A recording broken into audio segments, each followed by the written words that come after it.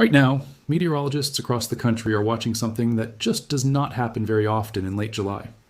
A highly unusual storm pattern is coming together over the United States, and I mean that literally, because the setup we are about to walk through is not your typical summertime severe weather day. So let's get right into it, because there is a lot to unpack here, and you are going to want to see how this evolves over the next several days. We have to start with why this pattern is so strange in the first place. Right now, there is a big upper-level ridge of high pressure sitting over the southern high plains, and that ridge is actually stretching northward into the northern plains and the upper Mississippi Valley. Normally in late July, well, that kind of ridge would just shut down severe weather chances underneath it and push all the action well to the north.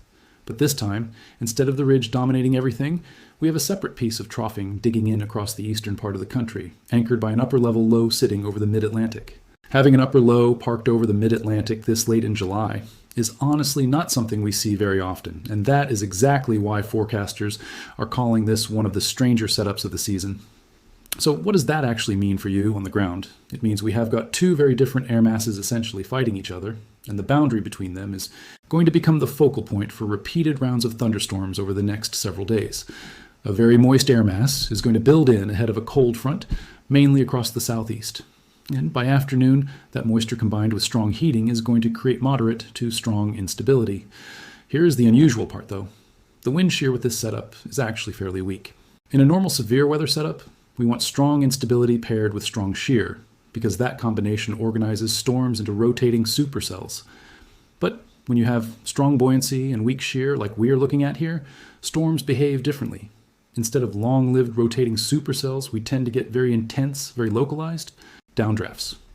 Basically, the atmosphere is unstable enough to build power quickly, but without much shear to organize that energy horizontally, it comes crashing straight down instead. That is what meteorologists call a wet microburst environment, and it can produce sudden, damaging, straight-line winds that come out of nowhere with very little warning. Let's talk about today first, because there is already active weather on the map. We are watching a cold front sagging through the Ohio Valley, and along and ahead of that front, we could see storms capable of producing damaging winds and large hail this afternoon and evening.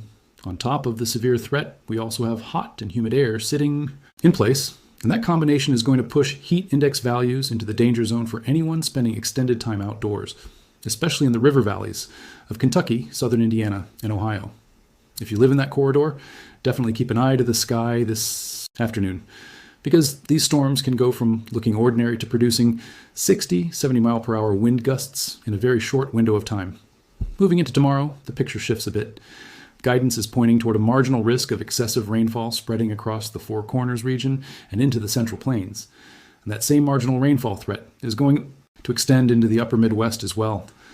This is tied to a persistent monsoonal flow pulling up from the desert southwest into the Central Rockies, and it is going to keep pumping precipitable water values higher across that region. What that means in plain language is that any storm that fires up in that zone is going to be extremely efficient at producing heavy rain, and some of these storms could produce localized flash flooding even without being severe in the traditional sense. So if you are anywhere from Arizona and Utah eastward into the high plains, the flooding risk is honestly just as important to watch as the wind and hail risk over the next couple of days.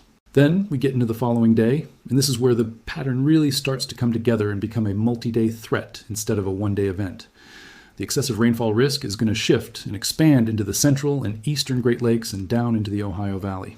At the same time, that cold front we talked about earlier is going to keep sliding eastward, and severe thunderstorms are expected to develop and track right along it as it crosses the upper Midwest and then pushes into the Ohio Valley and mid-Atlantic by the following afternoon. This is the kind of setup where the same corridor of the country gets hit more than once because the front is moving slowly enough that repeated rounds of storms can train over similar areas. If you live anywhere from the Dakotas and Minnesota down through Wisconsin, Michigan, Ohio, and into Pennsylvania and the mid-Atlantic states, you are going to want to stay weather aware through the back half of this week because this is not a one-and-done situation. Now, here is something else that makes this pattern worth watching closely. Out in the Gulf, we have got a tropical system in play as well, and while it is not expected to directly interact with this severe weather setup over the Ohio Valley and Great Lakes, it is worth mentioning because it is adding extra moisture into the broader atmospheric pattern across the southeast and Gulf Coast. Areas of flash flooding are going to be possible through the middle of the week along the eastern and central Gulf Coast as that tropical moisture streams onshore. So you have essentially got two separate moisture sources feeding into an already unstable pattern. And when you stack that kind of moisture on top of an atmosphere that is already primed for strong updrafts, you get exactly the kind of unusual multi-hazard setup we are discussing today. Let's break down the hazards one at a time so you know exactly what to watch for depending on where you live. First, damaging winds. This is going to be the primary threat with this entire pattern, and honestly, it is not particularly close. Because of that weak shear, strong instability combination we talked about earlier, the atmosphere is going to favor downburst-producing storms over classic rotating supercells. That means when these storms do go severe, the winds can ramp up extremely quickly, sometimes with very little visual warning beyond a shelf cloud or a sudden shift in the wind ahead of the storm. Gusts in the 60 to 80 mile per hour range are going to be possible with the strongest cells, and isolated gusts could climb even higher than that in the most intense downburst clusters. Second, large hail. Wherever storms can tap into the strongest instability, especially where we see any brief, discrete cells before they grow up scale into clusters, there is going to be a threat of hail up to golf ball size. And in the most favorable pockets, hail could approach the size of baseballs. This is going to be more likely earlier in each day's storm cycle, before individual cells merge together into bigger clusters and lines, because once storms grow up scale into a line, the hail threat typically decreases while the wind threat increases. Third, flash flooding. I really want to stress this one because it tends to get overlooked when everyone is focused on wind and hail. With training thunderstorms moving over the same corridors repeatedly and with precipitable water values running well above normal for this time of year, we could see rainfall rates that overwhelm drainage systems very quickly, especially in urban areas and in any terrain that funnels runoff into low-lying spots. If you live in a flood-prone area, now is the time to think about that, not after the water is already rising. Fourth, and this is a lower probability but still worth mentioning, an isolated tornado or two cannot be ruled out, particularly in any area where a discrete supercell can develop before storms grow up scale into clusters or lines. Given the weaker shear profile, this is not expected to be a widespread tornado threat, but isolated spin-up tornadoes are still possible, especially along any local boundaries like outflow from earlier storms or a stalled front. So what should you actually do with all of this information? If you live anywhere from the Central Plains through the upper Midwest, Great Lakes, Ohio Valley, and into the mid-Atlantic over the next several days, make sure you have a way to receive warnings that does not rely on you actively checking your phone. A weather radio, or at minimum having emergency alerts turned on, is going to make a real difference if a warning comes at night while you are asleep, which is unfortunately common with these training storm setups. Secure anything outside that could become a projectile in 60 or 70 mile per hour winds. That includes patio furniture, trampolines, and anything else that is not tied down. If you are in a flood-prone area, know your evacuation routes now and never drive through a flooded roadway, because it takes surprisingly little moving water to sweep a vehicle away. And if you do hear thunder, get inside, because with this particular setup, storms can intensify from ordinary to severe faster than the usual warning lead time might suggest. Looking a little further out, forecasters are watching to see whether this pattern relaxes after the middle of next week, or whether the ridge over the southern plains manages to reassert itself and shove this stormy corridor back to the north. Right now, there is still some uncertainty in the exact placement and timing, which is honestly typical for a pattern. This many days out, but the overall signal for an unusually active multi-hazard stretch of weather across the central and eastern United States is a fairly consistent one across the guidance we're looking at. I will be watching the updated outlooks closely over the next few days and will keep you posted on any changes, because with a setup this unusual, the details really can shift as we get closer. I also want to touch on why meteorologists keep using the word unusual to describe this particular stretch. It is not just about one ingredient being out of place, it is about how the ingredients are combining. Late July setups typically feature either a fairly stagnant ridge that suppresses severe weather across most of the country, or a fast-moving system that clears out relatively quickly. What we are watching instead is a slower, more persistent battle zone between ridging and troughing, sitting almost stationary for several days in a row, while additional tropical moisture gets pulled into the mix from the south. That combination of persistence, moisture, and a weak shear but high instability setup is what is elevating both the flooding and the downburst wind threats simultaneously, rather than one hazard clearly dominating the forecast the way it usually does this time of year. For those of you in the southeast specifically, keep an eye on that Gulf moisture plume, because even areas that are not directly in the severe weather corridor could still see locally heavy rain and isolated flooding, simply from how saturated the atmosphere is becoming.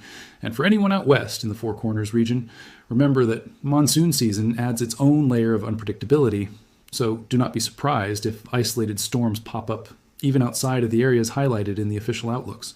Let's also talk about the timing window a little more specifically, because I know a lot of you want to know exactly when to be most alert in your own area. For the Ohio Valley and the lower Great Lakes, today through tomorrow evening is going to be the first window to watch, with the front producing the initial round of storms before slowing down. Then, as we move into the middle of the week, the focus shifts northward and eastward, with the upper Midwest picking up the threat first before it slides into the Great Lakes and eventually reaches the mid-Atlantic and parts of the Northeast by the latter half of the week.